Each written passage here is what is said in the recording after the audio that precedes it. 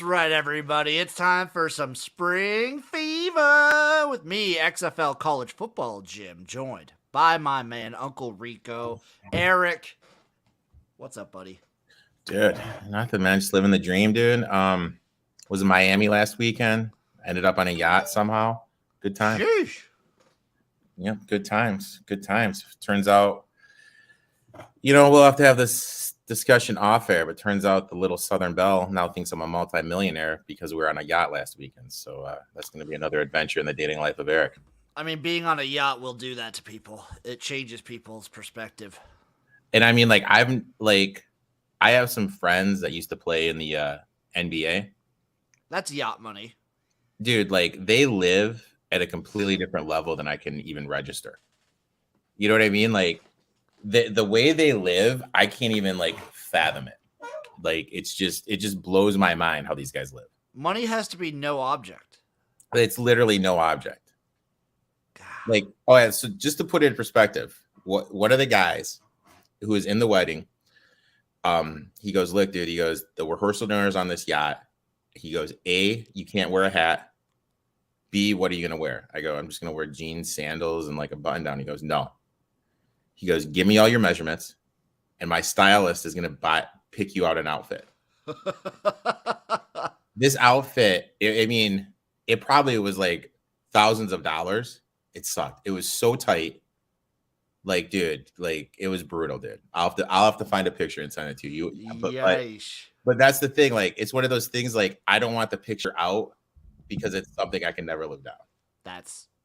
I have plenty of pictures just like that. Today, we are breaking into the Power 5 for our college football win total previews.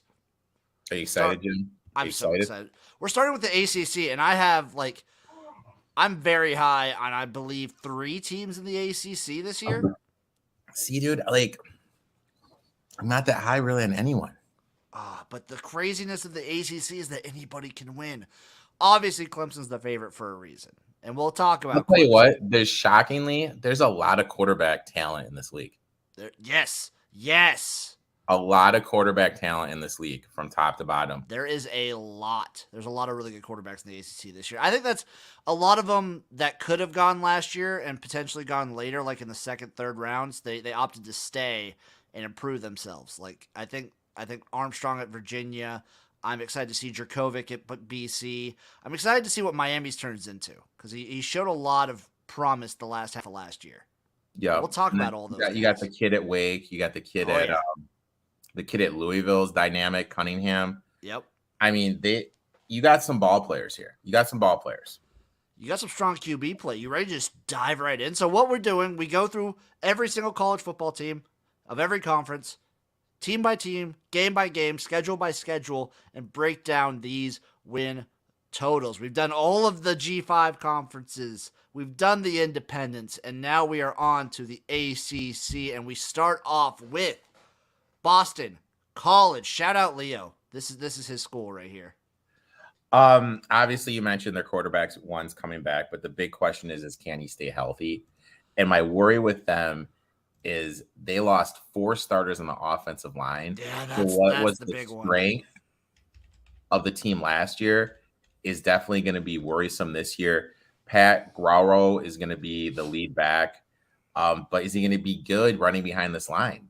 They lost 4 starters. The wide receiver room, all their production is going to depend if Big Phil can stay healthy. D line arguably could be one of the best in the league. Linebackers recurring a lot, could be better. DBs 3, they're returning 3. Arguably could be the best in the ACC. But when you lose that many people up front protecting your lead QB who has an injury history, I get a little worried.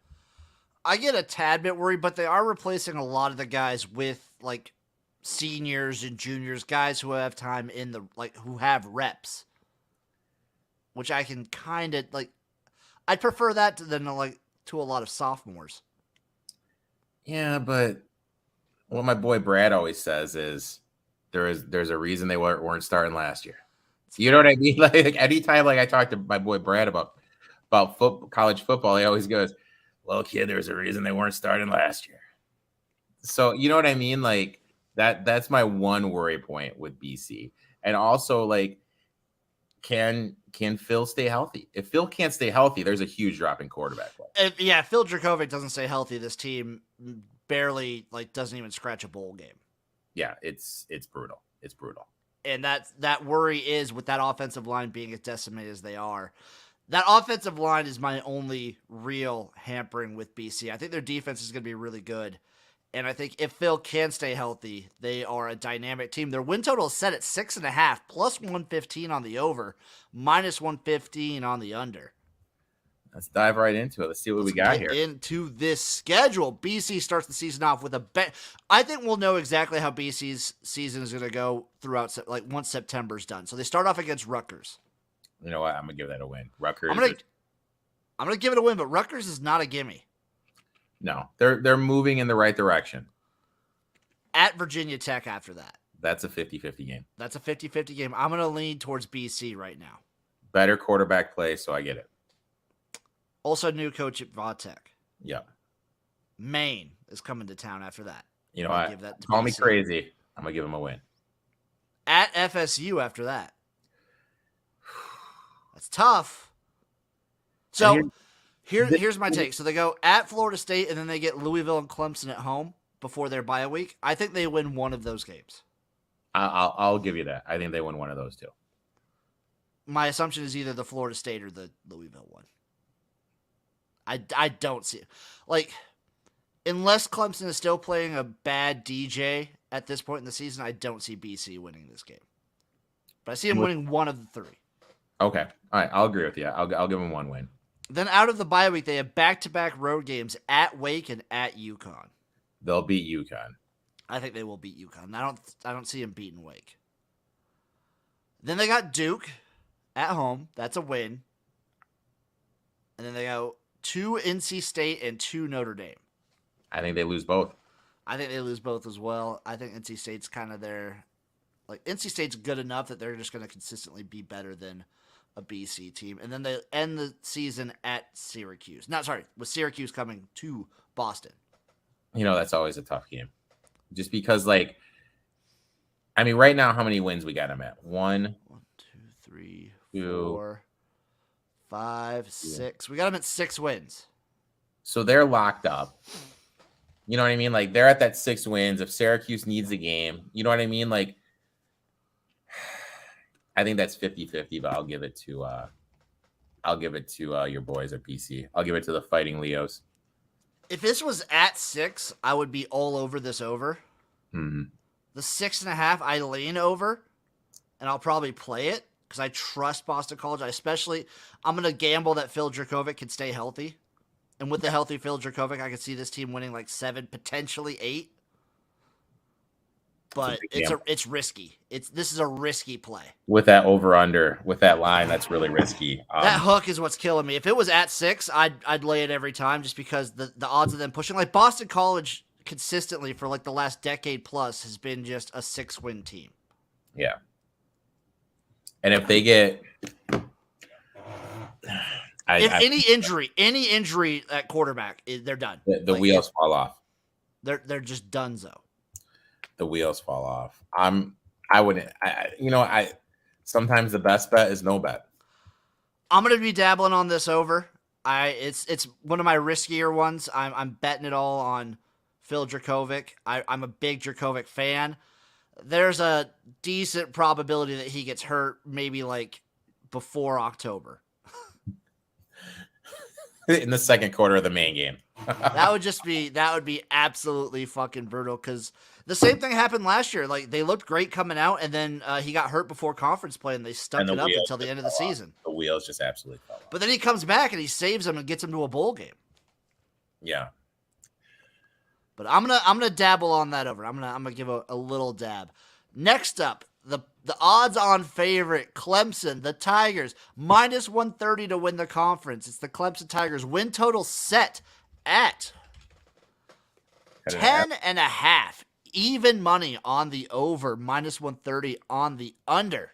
Returning 54, 9 offensive, 6 defensive starters. That defense is going to be so fucking good. Oh, my God. You mentioned DJ.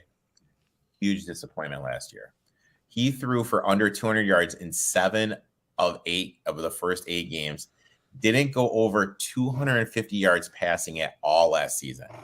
If Clemson wants to be a serious national contender team, they need better quarterback play. Because you take the quarterback out of it, legit roster. I do have a little questions about the running back room. Everything I'm hearing, their coaches are comparing Kobe Pace to Nick Chubb. If that's the case, why isn't he penciled in as a starter? From what I've read up on Clemson, it looks like they're going to be kind of doing a small rotation of guys. Because I don't know why you'd start Will Shipley then. And if you got Nick Chubb Jr., I'm starting. You're starting him, right? Yeah.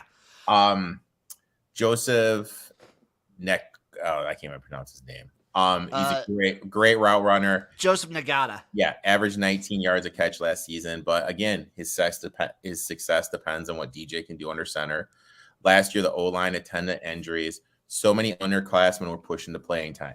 This unit starting the season has under 100 career starts, but will be better than the bandage of the unit that they had last year.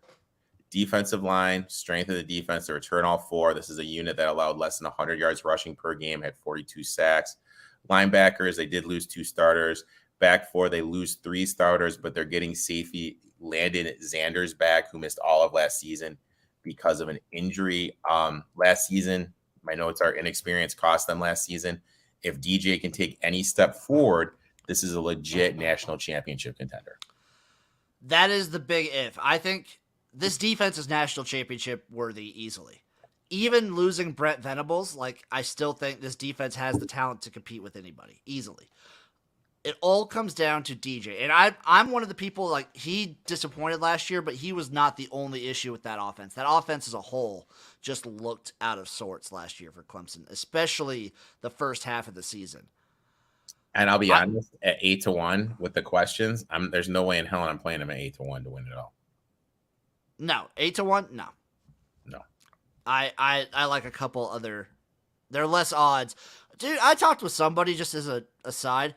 Right when the season ended in 2022, right in January, they picked up Ohio State for 9-1. Really? Yeah. Disgusting play. I'm so jealous. And Ohio State's plus 300 now. It's a pretty solid play. It's fucking awesome. Even if DJU doesn't, if he gets bumped out, they still have a 5-star who's a stud coming in. Yeah. They just need that kid's good. They just need someone that can throw the ball. You know what I mean? But if you have someone that can't throw the ball, that really limits your offense. You know what I mean?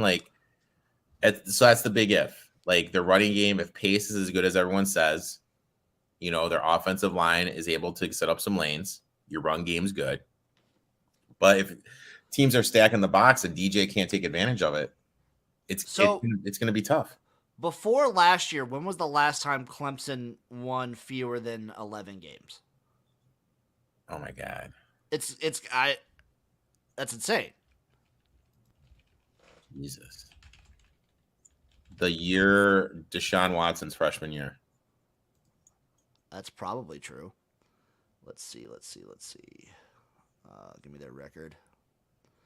Okay, so last year. Why does it just say 2020 here? It's 10-2. So last year, obviously, they won. What'd they win? They went 9-3. I believe so. 2020, they went 10-2. Counting the bowl game, the loss against Ohio State. Okay. 2019, obviously, they lost to LSU in the national championship game, so they did pretty damn good. 15-0, 2018. 12-2. This team, the last time they won fewer than 10 games through a season was in 2010. Oh, Jesus, 2010? Yeah. Wow.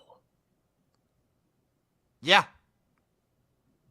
2010 was Devo. So they won 10 games in 2010, 2011, 2012. They won 10 games. The 2010 is the last time they won fewer than 10.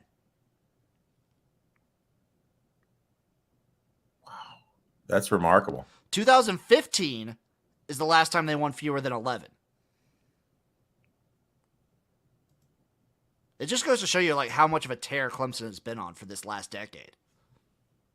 God, 2011, Sweeney hired offensive coordinator Chad Morris and Gus Malzahn as the defensive coordinator. There you fucking go. Are you ready to break into the schedule? The other thing Clemson always usually has going for is their schedule's pretty easy. They start off with Georgia Tech, who's apparently a rival. That's a win. That's an easy win. Then Furman at home, win. Yeah. Louisiana Tech at home, win. At Wake, before NC State. I think they go 1-1 in these two games. I think they go 1-1 as well. I think they lose at Wake and beat NC State in that revenge spot. Yep. At Boston College after that, and at Florida State after that. I think they win both. I think they win both as well. Then Syracuse at home before the bye week. I think they beat Syracuse. Off of the bye week, they go to Notre Dame. I think they win. I think they do. I think that's a good game, though. I think that's actually a pretty good game. Then they get Louisville, Miami, and South Carolina all at home. I think they can win out. I think the only game they lose to is like either Wake or NC State. I agree 100%. I think Clemson makes the playoffs probably. So with that being said, what I suggest people to do is do not take a future on them right now. Just take that win total. Well, what I would do was if you think they're going to, right now they're 9-1. Okay. With how the future market is now, you can get futures mid-season. So once they lose. Once they lose, that's when you make a little investment. So if like right now, Jim and I think they're going to lose on the 24th. At the beginning of October, we may be able to get that a little bit juicier because they did lose. So I'll be taking that gamble just because the way I bet, I don't like taking futures of teams under 20-1 to win it all in college or NFL. I do sometimes. If they're like, I'm a greedy bastard. College I'll do it in college. I won't do it in the NFL, but I will do it in college just because it seems to be like a 5-team race for the national championship. Okay. And like, everyone, I am the college guy. Like I'm of the opinion, I love college football, not for the national championship. Like I like that too, but college football is so much more than just who wins it all. Yeah. And it's like a 5-team race. It's like Bama, Ohio State, Georgia, Clemson. Mm-hmm. And then like maybe Oklahoma can break in, but they haven't shown it yet. Yeah. Oklahoma's got that new coach though, so that too. It's what I'm all over this over 10.5 wins. Okay. Even money, give it to me. Okay. I am waiting. I'm waiting. You're waiting on the win total. You're just waiting. You're just gonna do. If they lose on the 24th, I'm gonna put in the future. That's the only play you're doing with Clemson. I like it. You know, I've been handing out futures right and left, and this is the one conference where like nothing really stood out for me. And the one thing that did, I might have a division future. The one thing that stood out for me, it was too juicy. So I don't know. Maybe I'll talk myself in when we're recording. But I might have a division future coming up. But stay tuned for that. Up next, though, we have Florida State. The Seminoles win total set at 6.5. Minus 160 on the over. Plus 120 on the under. What are we thinking about Florida State? Well, first of all, returning 49, 8-8, 8 starters on both sides. The $1 million question is, can Mr. Jordan Travis stay healthy? Joshua Corbin is gone, which is a huge loss for the rushing game, but they did add Oregon transfer Trey Benson. They had 3 transfers in the wide receiver room, but Winston Wright's health is up in the air. Him not being 100% is a huge loss for the passing game. They lost 3 starters in the offensive line, but adding 3 transfers to replace them. So that's not that bad, and the unit should be better compared to last year. They did lose Johnson to the NFL and Keir Thompson, so the D-line is going to take a hit. Linebacker room is deep, but it's lacking top-end talent on paper. They're returning 3 out of the 4 in the back end. You know, my note is they've had 4 straight seasons of losing seasons, but they will need to make a jump or Novell is going to be out of the job by season's end. Yeah, they seem to be giving Norvell a little bit longer of a leash than they did Taggart, but if he doesn't make a bowl game this season, that seat is the hottest it's going to be. If he doesn't make, and I'll be honest, like just looking, they have LSU at Louisville, at NC State, at Miami, and they have to play Clemson, and Florida. Not an easy schedule. Let's get into it. So they have an early bye week. They get 2 bye weeks. They get Duquesne at home, and then they play LSU, quote unquote, neutral site in New Orleans. Okay, I'm gonna say 1-1 after that. I'm also gonna say 1-1. Are you high on LSU? No, but I'm not either. I will say this: I'm not high on Florida State either. I can't wait to go back to New Orleans. So. Never been. Dude, you're missing out. I know. Yeah.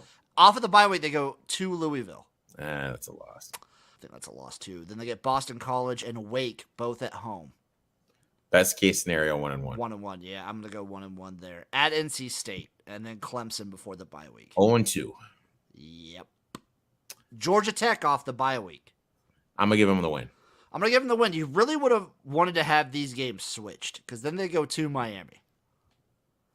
It's a loss. That's a loss. And then at Syracuse, back-to-back road games. I think the end of the season for the 29th to the 25th, they win 2 games at most. So what you're saying is after the second bye week, they get Georgia Tech at home, at Miami, at Syracuse, Louisiana, Raging Cajuns at home, and then Florida at home. I think they win 2. I think they at most win 2. Yeah. So 3, at most they win 3. I think they can maybe beat Syracuse. 4. So that we have them at 4 or 5 wins. I got them. I'm going to be super generous right here. I'm going to go 1. I'm actually going to give them the LSU win. Dude, look at you. I'm going to be super generous here. So 1, 2, 3, 4, 6 if I'm being generous. You're being really generous, buddy. I'm on that under. 6.5 plus 120. I'm not going to do anything. You know what? I'm being very stingy with my. I'm being very stingy. Plus 120, dude. I mean, I love rooting against Florida State. Give me that under. Really? Yeah. You don't like? You don't? No, like, fuck the Noles. Look at you. Fuck all the Florida teams. No, except for UCF this year. I mean, we're both very high on UCF, but always fuck the Canes. And did you see how that win total since we did our recording is up to 9.5? Yeah, buddy. Still love it. I still love it at 9.5. Yeah. Just for the people out there. No play for me. You coward. You fucking coward. Up next is the Louisville Cardinal. Win total is set at 6.5. Minus 110 on the over, minus 120 on the under. Malik Cunningham is back for a senior season. He's one of the most dynamic players in the country. That's huge for them. Evans, the wide receiver from Tennessee, is coming in. He's going to be the starting running back. Wide receivers, they're missing a lot as Watkins and Marshall both gone. Tyler Hudson transfers in, and Brandon Smith is back from injury. O-line is 4 stars returning, but more importantly, their first teamer, Caleb Chandler, came back to anchor the offensive line, which is very big for them. They got bigger on the front of the defense, but they are as deep. They aren't as deep. So if the injury bug comes, that's going to be a real big issue for them, the defensive line. Linebackers, strength of the group, all of them are returning. Plus, they added Momo Sango from Ole Miss, which is a huge pickup. In the back 4, they added 4 transfers, and they're getting all-conference player Clark back. So this is the team that I'm interested in the most. But my big worry with them is if they can stay healthy, because they lack depth. Yes, they do. And my other big worry is this schedule sucks. The schedule is a little bit I mean, they go at Kentucky. It's not even just who they play. The first, what is it? Their first 4 of their first 6 are on the road before their bye week. Which is brutal. And their over-unders at 5.5. At minus 165. No, we got it at 6.5. I'm seeing it 5.5 in one of my books. What's the under on that? The under 5.5 is at plus 140.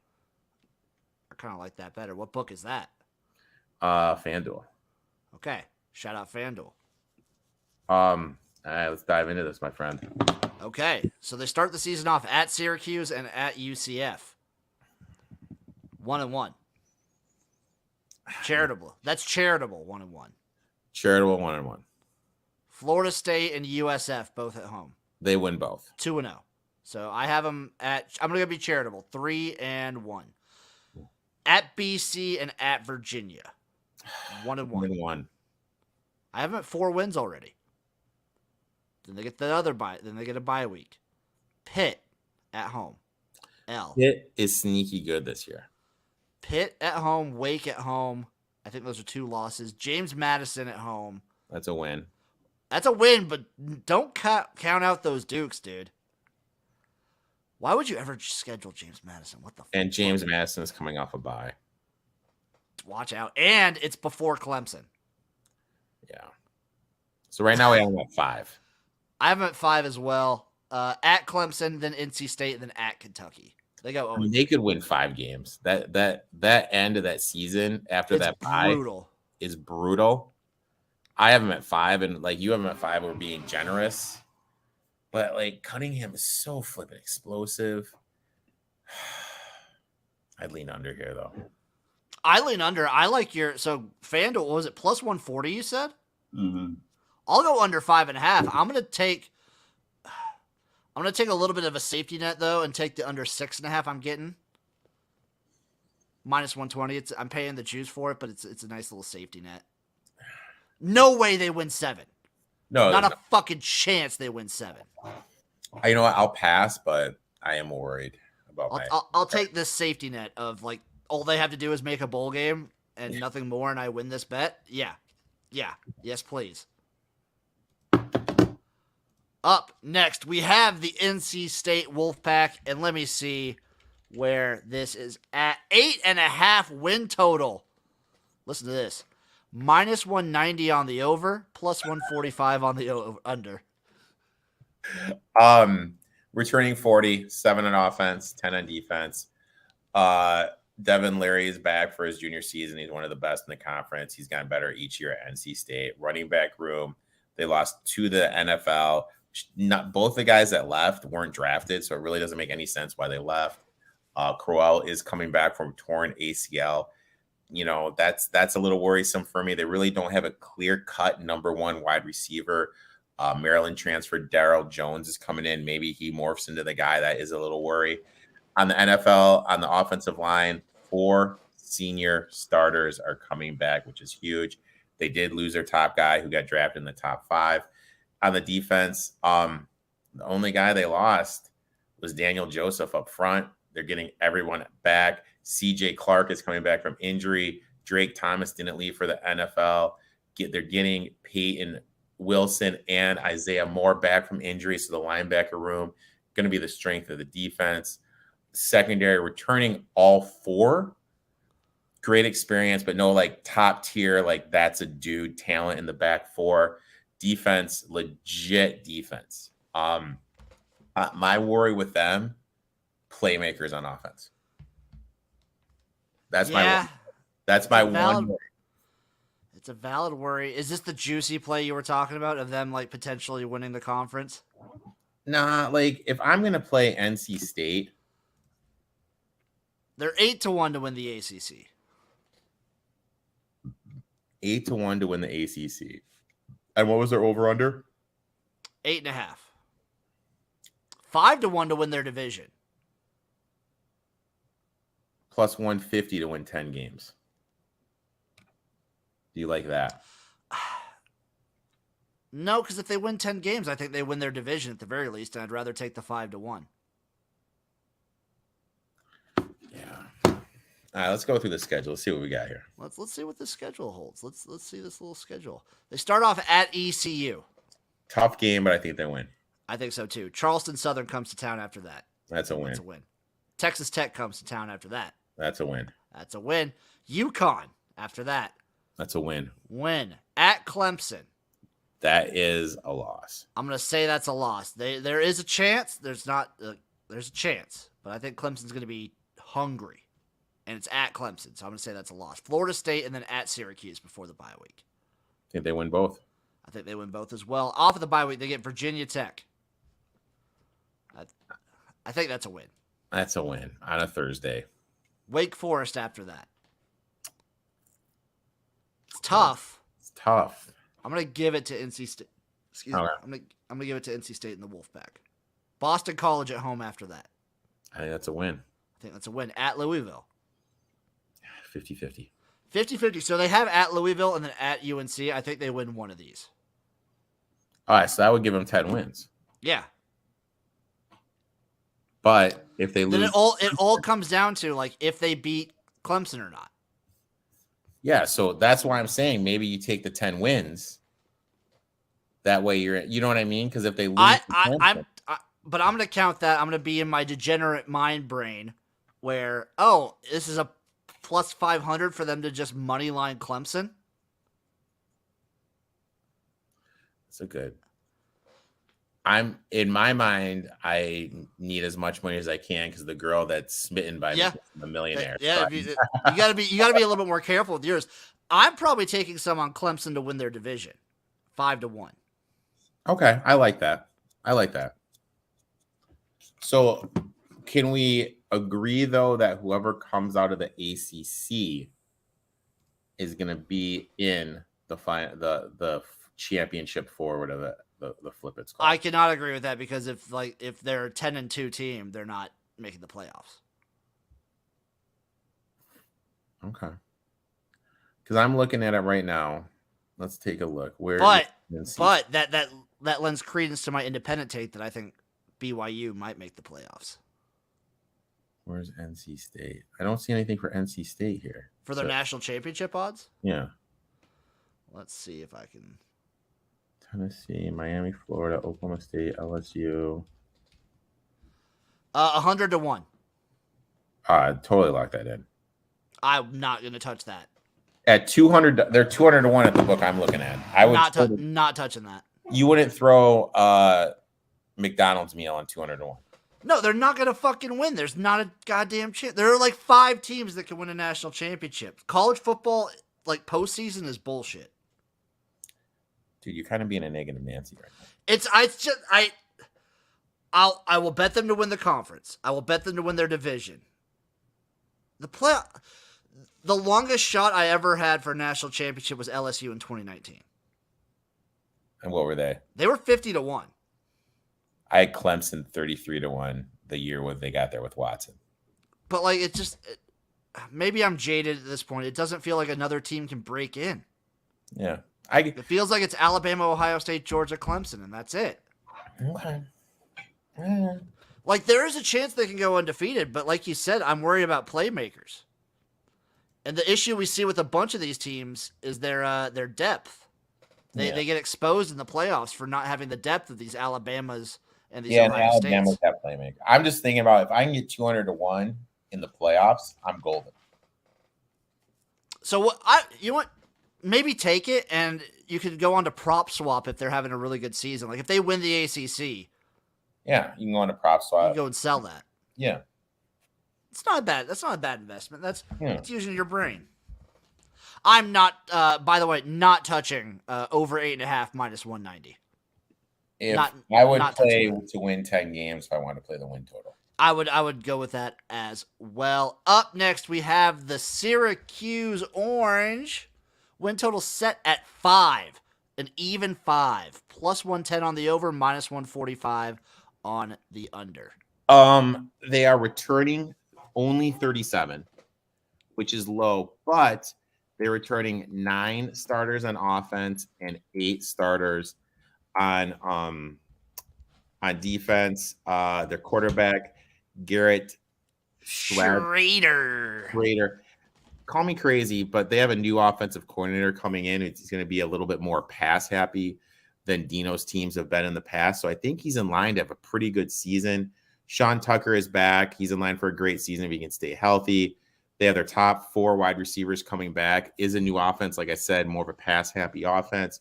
4 starters back on the O-line. D-line is going to be inexperienced. Last season, they were a strength of the defense. Now is their biggest weakness, as this is where they're suffering the most holes. Linebackers, getting all of them back. Strength in the defense. Mikael Jones passed in the NFL, which is huge. Back 4, they got everyone back. But again, no top-end talent back there. Just kind of my note with them is this. The start of the season, those first – how they are going into the bye will determine if they make a bowl game, and I really feel they need to make a bowl game for Dino to keep his job. I think so too, and I'm a full-on Dino Babers guy. I'm behind him. So in respect of that, I'm just gonna say before I even get into it, I'm betting this over just to back my boy Dino Babers. But let's get into the schedule.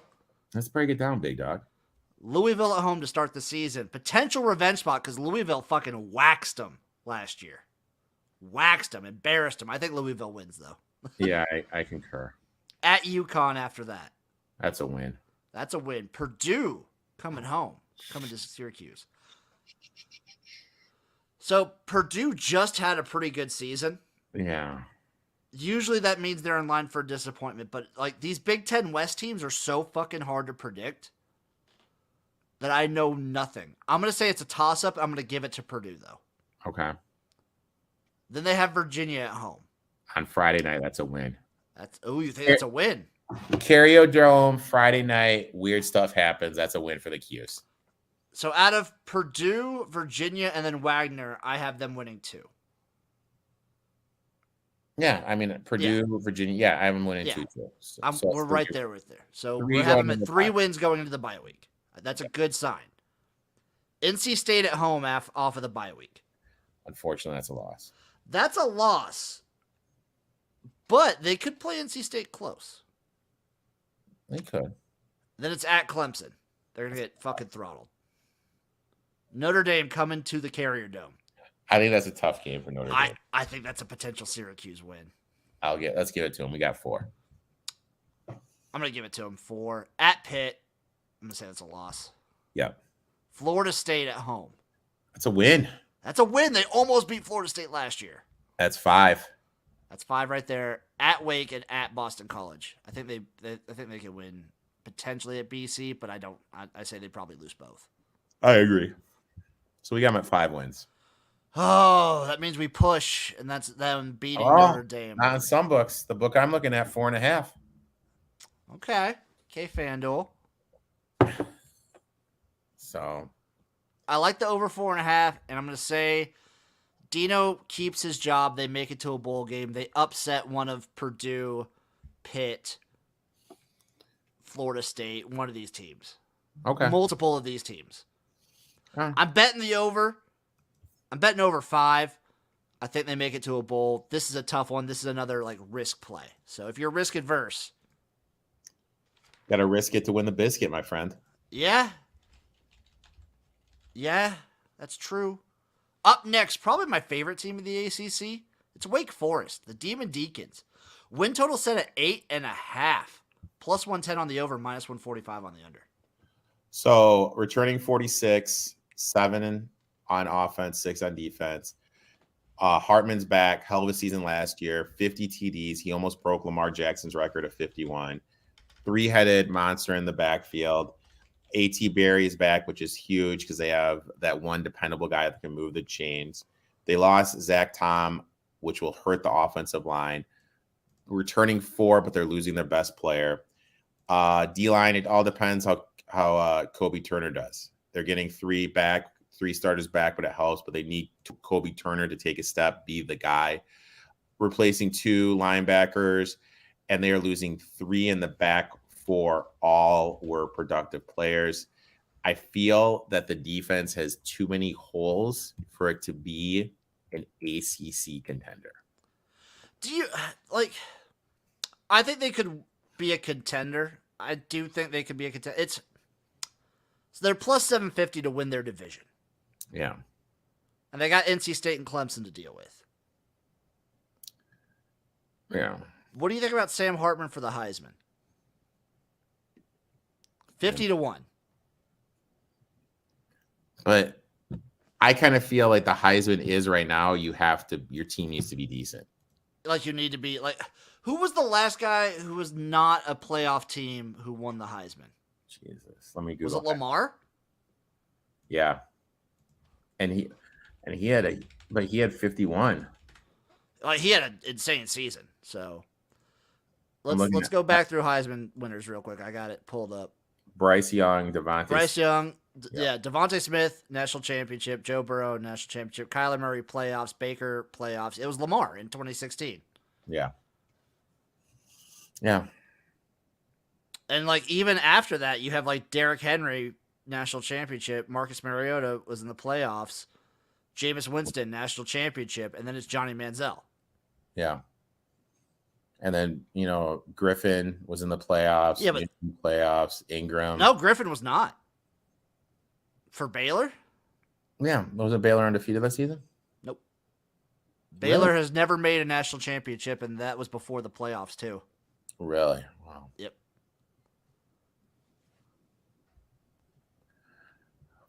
It's hard. Maybe worth a small play.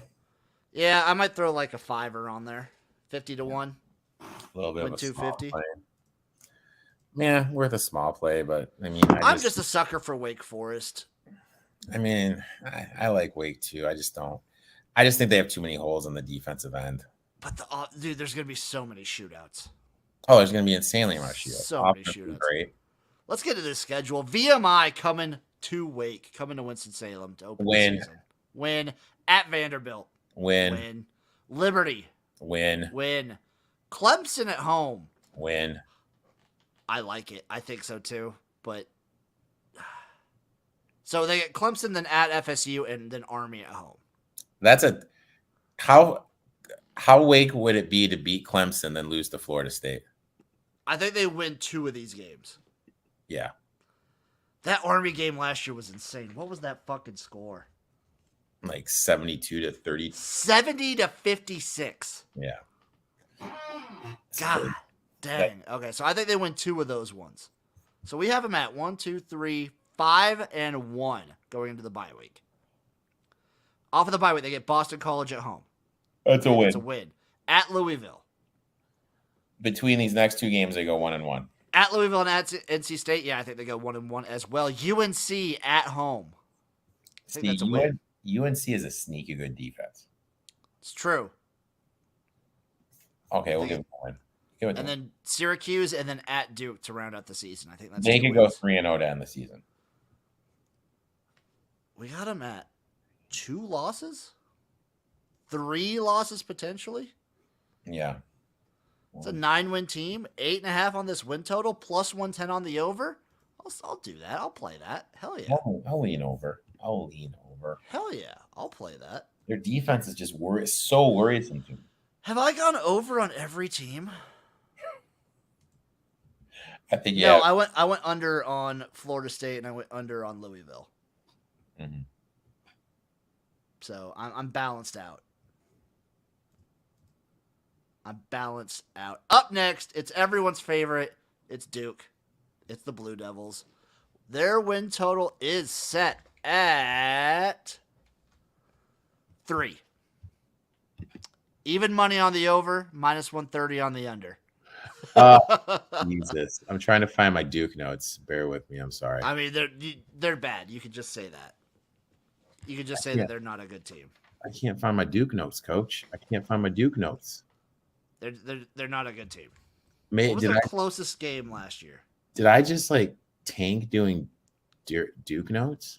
3 wins last year. What can you guess what Duke's 3 wins last year were? Against non-power. Oh, here we go. Against non-power. Nope, 2 Power 5. They had 1 non-Power 5 and then 2 Power 5 wins. No, let's hear it. So they lost at Charlotte to start the season. Okay. Then they beat their 3 wins came at the start of the season after that loss. They beat North Carolina A&T. They beat Northwestern, and they beat Kansas. Okay.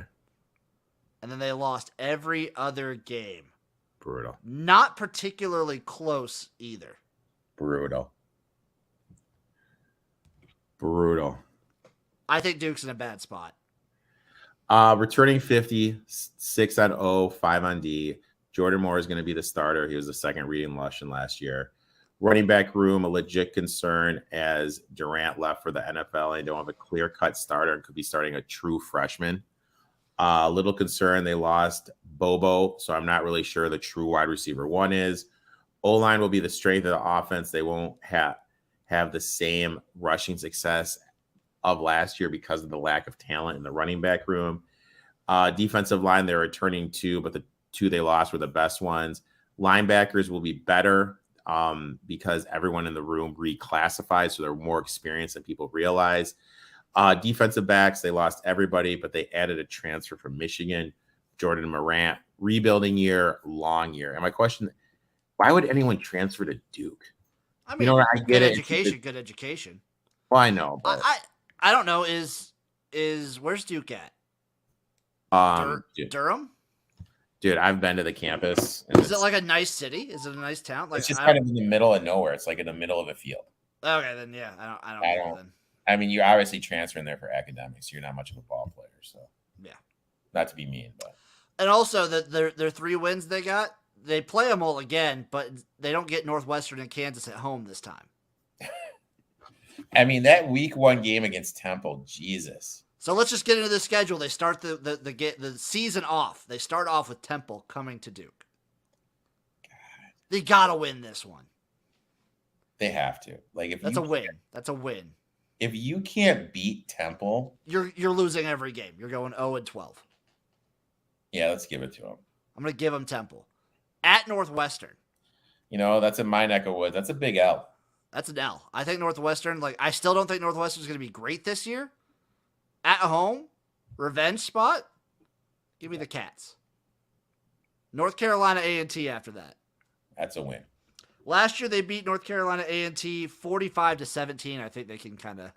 I think they can carry that momentum on.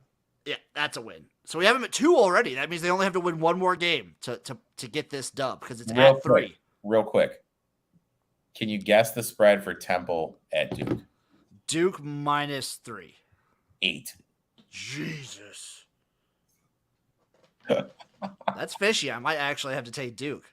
That's juice. All right, so we got them with 2 wins right now. We got them at 2. That means they only need 1 more to cash this ticket. So it's at Kansas. That's a loss.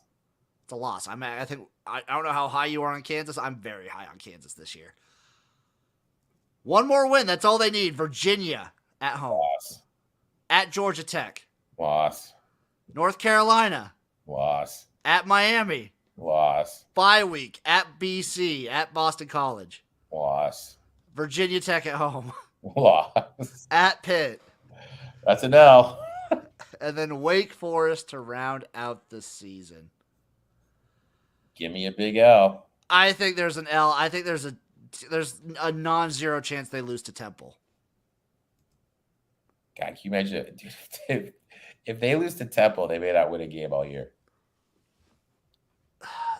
What do you think about the over-under of 3? I would lead under. I would lead under. I'll bet that. I'll bet under 3. I can root against Duke all year.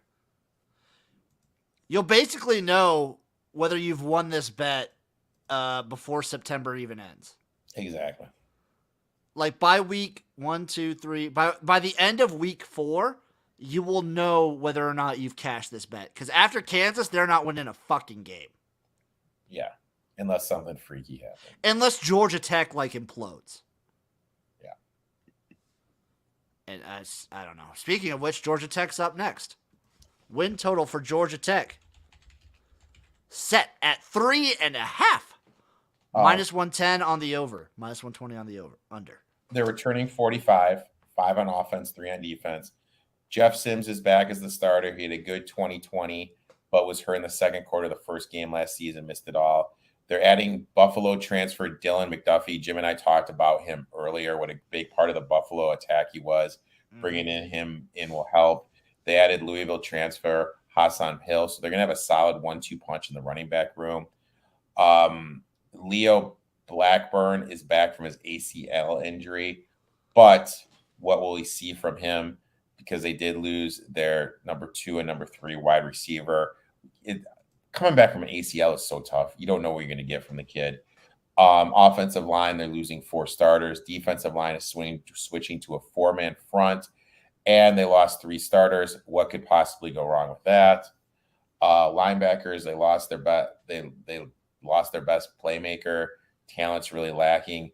DBs, they added a transfer from Auburn, and they need help as they only have 1 returning starter.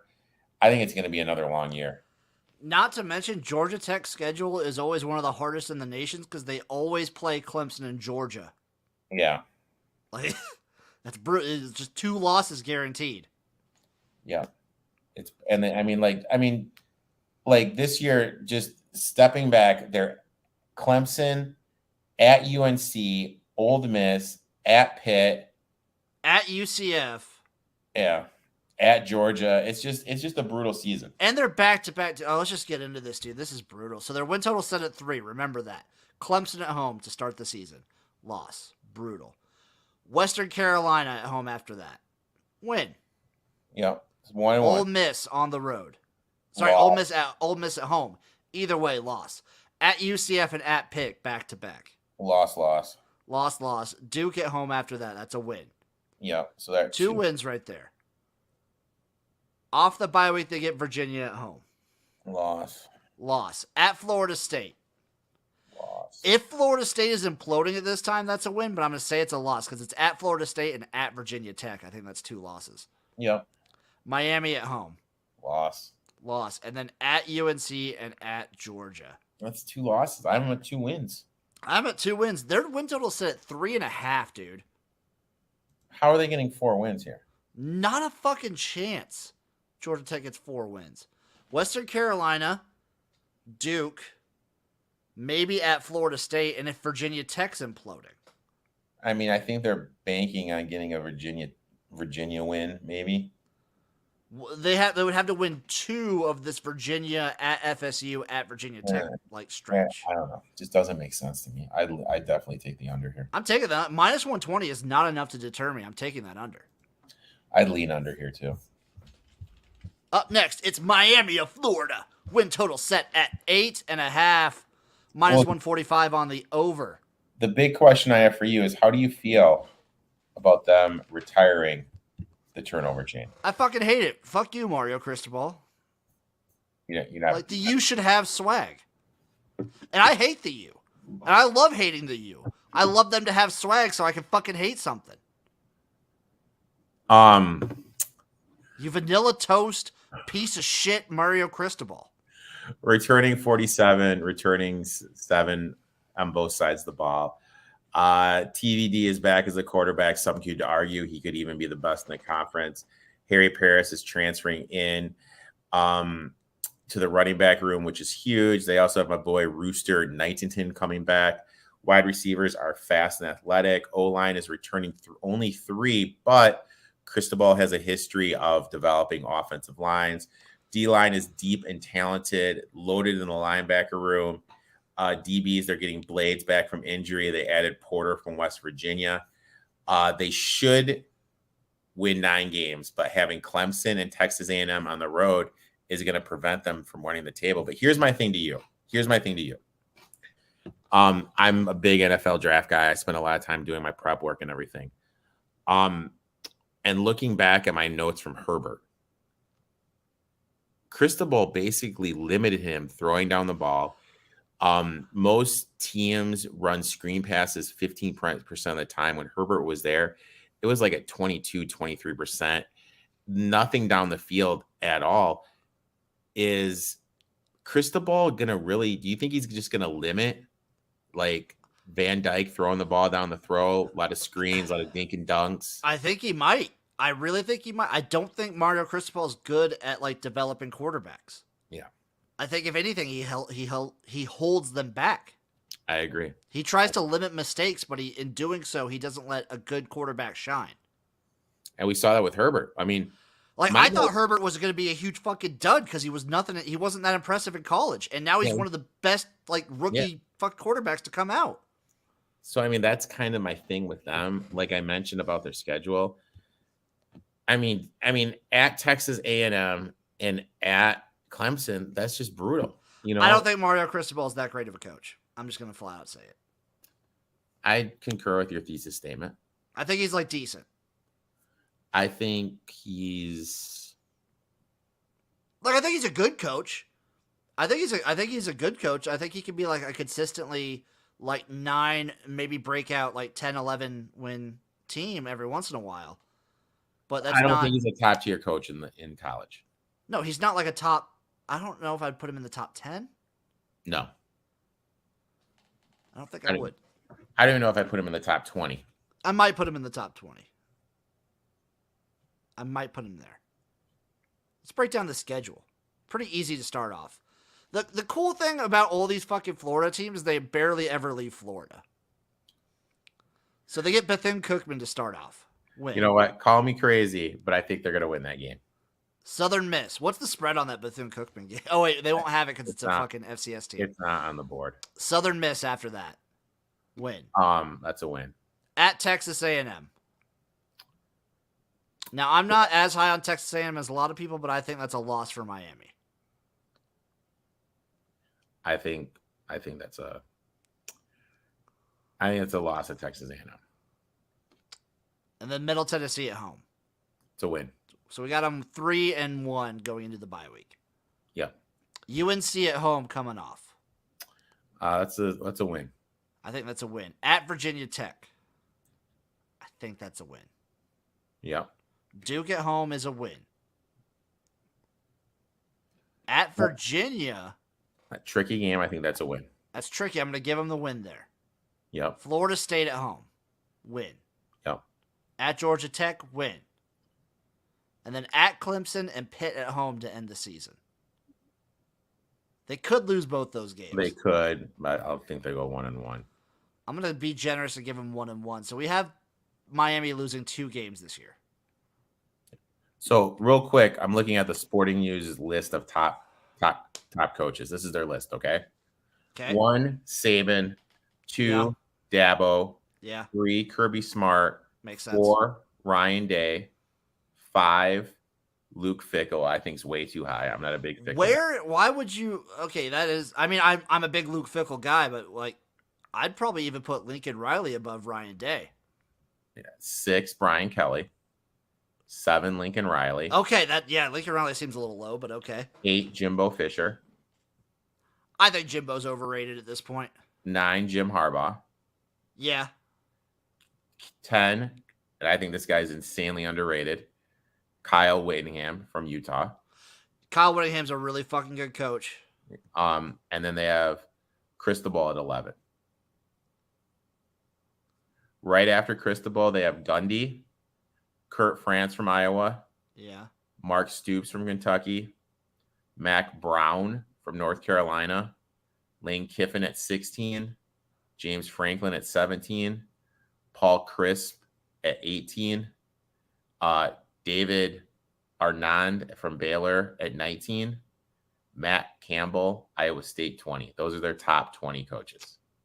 21. I might ditch Cristobal and Mac from fucking UNC. I'd probably put Mike Leach in my top 20. See, I put Mike Leach up there. I'm not a big Mel Tucker guy. They have Mel Tucker at 22, and I'm a Michigan State boy. They have Pat Narsuki, who I think is underrated at 23. I'm waiting for this year to like be fully out on Mel Tucker. Yeah, no, Mel Tucker. What about Pittman at 25?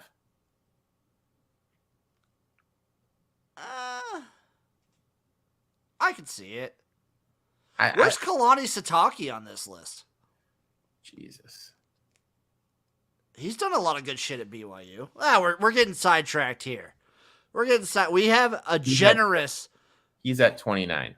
Okay, I can deal with it. We're a generous 10-2 for I don't see how Miami wins less than 9. Yeah, I have him at 9 games. Sorry, dude. Minus 145 though. This is a pass for me. I probably would lean over, obviously. Their odds for their division, I think they're the favorite. Yeah, they're plus 150 for the Coastal Division. Plus 550 for the conference. Don't like those. I don't like either of those. This is, again, sometimes the best bet is no bet. Because the Coastal's always fucking crazy. Always take a long shot in the Coastal. Just like the Big Ten West, always take a long shot because anyone can fucking win it. Any team can win it. Up next, UNC. It is the Tar Heels. So Win total set, 1 sec. Win total set, 7.5. Plus 125 on the over, minus 165 on the under. All right. So obviously, they returning 45 on offense, 8 on defense. They're replacing Sam Howell. That they're going to take Drake Main, who's a redshirt freshman. He's young but talented. British books should be RB1. He's not experienced, but he's a solid lead back. He's running behind an offensive line that's returning 2 starters, but they added a transfer from Miami and an all-Ivy first teamer from Harvard, and they have one of the most underrated O-line coaches in all of college football in Jack Britnell. They have Josh Downs, who's one of the best in the country at wide receiver. Defensively, they're switching to a 3-man front. They're big and physical. They have 3 starters in the linebacker room. They're adding some transfers, so this linebacker room is going to be deep. Secondary arguably could be one of the best in the country. And if this team, like I'm telling you, if this team can get anything at all from the quarterback position, they're going to be dangerous this season. That's kind of the story of UNC. Like, they kind of go with as their quarterback goes. Yeah. Yeah. I mean, this defense is legit. This defense, see, if NC State had Brooks and Downs, those are the playmakers they need to be legit. You know what I mean? Like that's what I'm saying. Like UNC, they just don't have the quarterback. They have 2 playmakers. They have a solid lead back in Brooks. They have a playmaker who's one of the best, a wide receiver. Their defense is solid. If Maine can do anything at the quarterback position, this is a legit team. So before we get in their schedule, UNC odds to win their division. Only 400, which I hate. Yeah, that sucks. Plus 400, which that's way too low. And their over-under is what? Their over-under is 7.5. Yeah. Plus 125 on that over. Oh, well, let's see it here. Let's see the schedule. So Florida A&M, the Rattlers. That's a win. At App State. I think they go 1-1 between App State and Georgia State. Georgia State, I think so as well. Bye week comes in, then they get Notre Dame. I think they could beat Notre Dame. So they get Notre Dame, Virginia Tech, and Miami, like all at home. I think they win one of those. No, Notre Dame, Virginia Tech, no, and then at Miami. Yeah, I think they win one of those. Really? Yeah. I think they win. At most 2. I think they could win 3. I think they lose to Miami. Well, then you have them winning 2. Well, no, I'm talking the game Duke afterwards too. Sorry. Yeah. At Duke after that. So Notre Dame, Virginia Tech, at Miami, at Duke. I have them winning 2. I have 3. Okay. Then they get another bye week, and then it's Pitt at home. I think that's a win. Yeah. At Virginia and at Wake. I think they go 1-1. Yeah. And then Georgia Tech and NC State both at home. I think they win 1. I have them at 8. So I have them at 7. I might dabble on this under. It's minus 165 on this under. Fuck.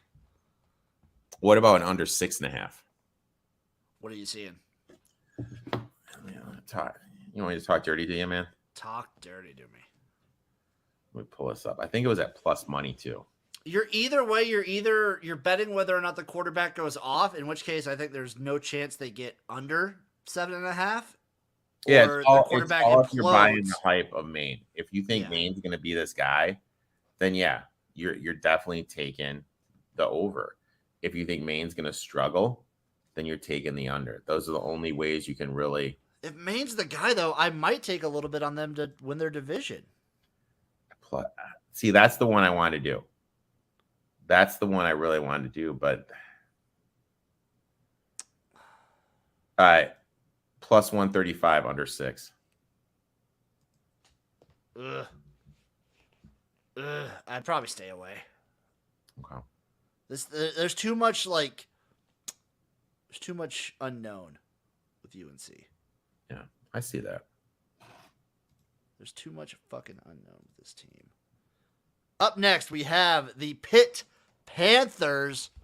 Win total set 8.5, -110 on the over, -120 on the under. Returning 49, 8-7. They got Kendon Solos to replace Small Hands Pickett. The running back by committee last season. I think they're going to continue this going into this season. They're running behind one of the best offensive lines in the country. Everyone from last year returns. I mean, obviously they did lose Addison as a wide receiver, which is a big blow because they have really a lot of unproven guys. Defensive line, like I said on the XFL stream yesterday, one of the sneaky good ones in the country. I mean, it's my saying is death, taxes, and pig having a good line. No depth in the linebacker room, so any injury is huge. Returning 3 out of 4 in the back 4. They have depth and experience in the secondary. Schedule is brutal as they play Louisville, UNC, Miami, all on the road. Yeah, their schedule is tough. Do we think this is a scenario, though, where with the strong offensive line returning, like Keaton Slovis, I think, is a pretty decent quarterback. Could they be an improved team from last year still? They just don't have a playmaker. They need their wide receiver. They're going to miss Addison. They just have a bunch of unproven guys, and you need that dependable guy that you can throw to move the chains, even if it's a tight end. Yeah. You just need that dude that that can get open, throw the chains, catch the ball, and they just don't have that dude, man. Yeah, I just don't see it anywhere on this depth chart. Like, I don't see anybody who's like that consistently reliable, and I don't think Keaton Slovis on his own is enough to win you above your threshold. No, I don't think so either. Let's get into the schedule. West Virginia at home starting the season. You know what? I'm going to give it to them. I think that's a win. If this was at West Virginia, I might have some different thoughts, but I think this is a win. Yeah. Tennessee at home after that. It all depends how you think about Tennessee. I think Tennessee is going to be better than last year. I bet Tennessee last year. That was a brutal loss. I bet Pitt. Oh, that was a brutal loss for me. Brutal loss for me. I think Tennessee will be improved, and I think Pitt will be worse, so I'm going to give this to Tennessee. All right, 1-1. At Western Michigan. Going to Kalamazoo, Michigan, but you know what? I think they get it done. They lost to Western Michigan at home last year. I know, but I think they get Revenge spot, I think they get it done too. Rhode Island at home. That's win. A win. Georgia Tech at home. Win. Virginia Tech at home. Win. Bye week. At Louisville. Loss, I think. Yeah. At UNC after that. Loss. Syracuse at home. Win. At Virginia. I think they lose. Tough. That's tough. I think they lose this one too. Duke and then at Miami. Win-loss. So we got them 7 wins. I'm on this under. -120, under 8.5. I think they win around 8-7, like 7-8. Yeah, I'd lean under here too. That hook is juicy to me. I'd lean under here. I definitely lean to take the under here. Up next, we have the Virginia Cavaliers. Win total set at 7.5, +120 on the over, -160 on the under. Now, this is my division team, +600 to win the Coastal. You like a little UVA? I like the Cavs. I like UVA this year. Fun fact: I almost went to UVA. That is a fun. So, like, if you look at this Coastal division, it's Miami +150, and then like Pitt, North Carolina, and Virginia Tech are all like 300, 400, 600, 900. And then Georgia Tech and Duke are like Georgia Tech's 30-1 and Duke is 200-1 to win the division. So looking at this team, returning 40, 4 starters on offense, 6 on defense. I'm not gonna lie, I was a little shocked that Armstrong came back. He's legit. He's so good. And just him by himself, he can keep him in games. They did get Cody Brown coming in. He is going to be the running back 1, which is huge. He's from Miami. My worry is this.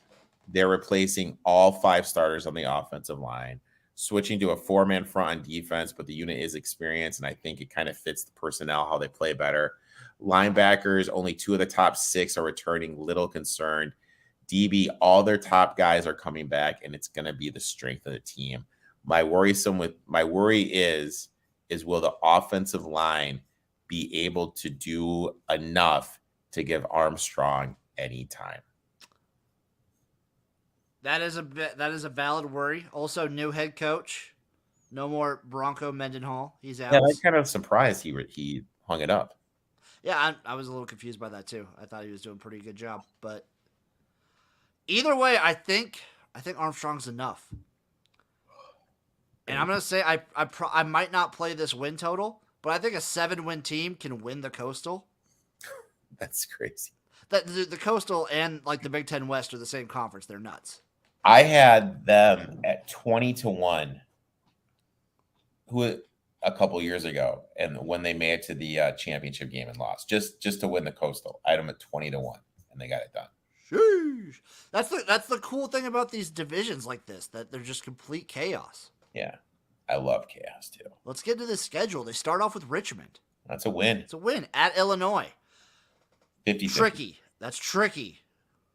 I think that's a win though. Don't count out the Illini. Yeah.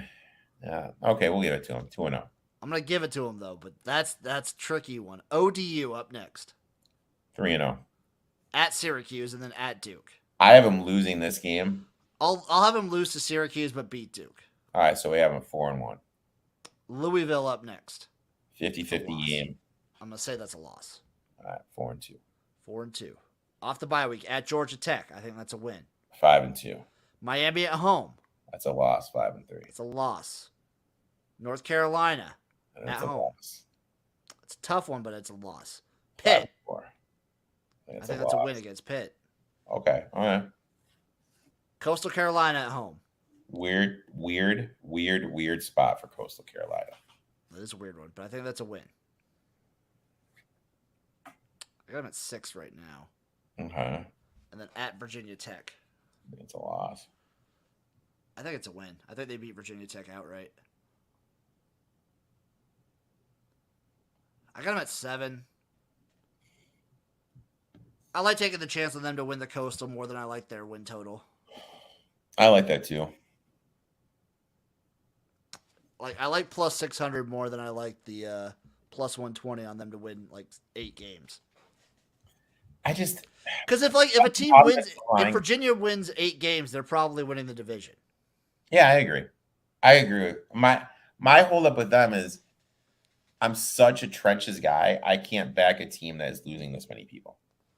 I will back my boy Brandon Armstrong. Last team, the Virginia Tech Hokies, win total set at 6.5, plus 110 on the over, minus 145 on the under. Virginia Tech returning 41, 4 starters on offense, 7 on defense. Grant Wills from Marshall is transferring in, going to be QB1. They have a good running game. Thomas and King, they play well off each other. Wide receivers, they did lose a lot, but this is the weirdest transfer of the year. They added Temple's Jaden Blue. Jaden Blue had 1,000 yards receiving in 2019. Guess how many he had last year? Not 1,000. 185. I feel like that has more to do with Temple than it does him. I can see why he transferred. O-line, they're losing 3, but they made a great hire. They hired the offensive line coach from Wisconsin, so he's going to get those boys going because that's one thing Wisconsin does really well is their offensive line. Defense, they lost their best DE and defensive tackle. Linebackers are experienced, but the level of talent is a concern. DBs are going to be the strength of the team. My note is they just like any Vatech team, they need to count on defense and their special teams to win games. Do you think they could do that? No. Yeah, I'm kind of low on Virginia Tech this year. I think Brent Pry will be decent throughout his tenure. Not super hype off the bat. So let's get into this schedule at ODU to start the season. At ODU. I think it's a 50-50 game, as crazy as it sounds. I think it's a win, though. Yeah. Boston College at home after that. That's a loss. It's a loss. Walford up next. The Win. Terriers. That's a win. West Virginia at home. I It's another 50-50 in my mind. want to give them a win because they're at home. Exactly. I love fading West Virginia outside the Appalachia. So I'm going to give Virginia Tech the win here. At North Carolina. That's a loss. Loss. At Pitt. Loss. Miami. Loss. So we got them at what? Going into the bye week. 2 wins. No, we have them at 3 wins. ODU, Walford, and we gave them West Virginia. Oh, so 3. My bad. 3 wins. At NC State out of the bye week. That's a loss. Loss. Georgia Tech at home. That's a win. That's a win. At Duke. Win. At Liberty. I think they win. I think they win as well. So we got them at 6. Yep. And then Virginia. 50-50. Give them an L.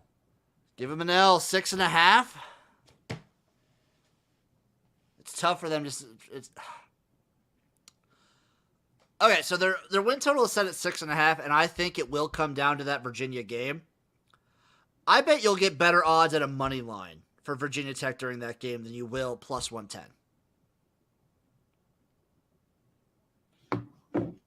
What would you say the spread would be in that? Like For what game? Virginia Tech. Like it's coming down to the wire. For them to get to 7 wins, they'd have to beat Virginia. What do you think that spread would be? I think it's going to be under 3. So what do you think that money line would be then? 145, 160. That's still better odds than plus 110. Yeah. I'd bet that. If Yeah. you're going to do this, like it's going to come down to that last game no matter what. Just bet that money line. You have your odds.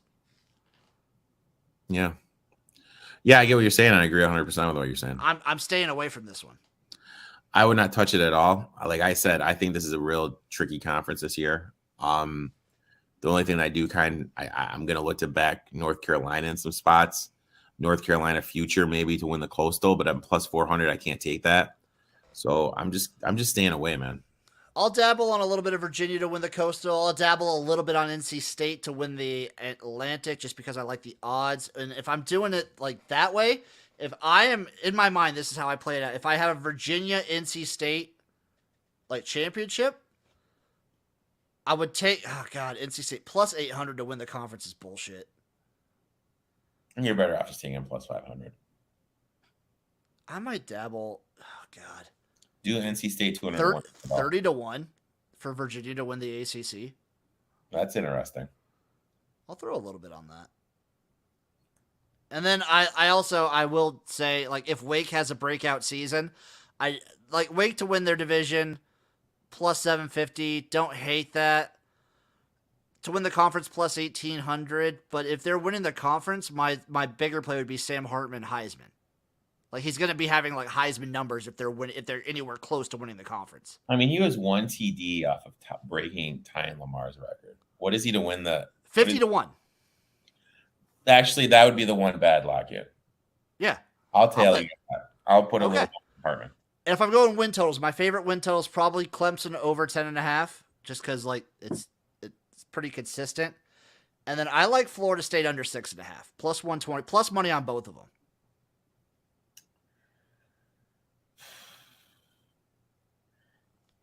What is Pitt? Pitt, let's see. 8. Pitt is 8.5 where I'm seeing it. At what odds? Minus 120 on the under, minus 110 on the over. I'd lean under on Pitt. Yeah, I would lean under as well.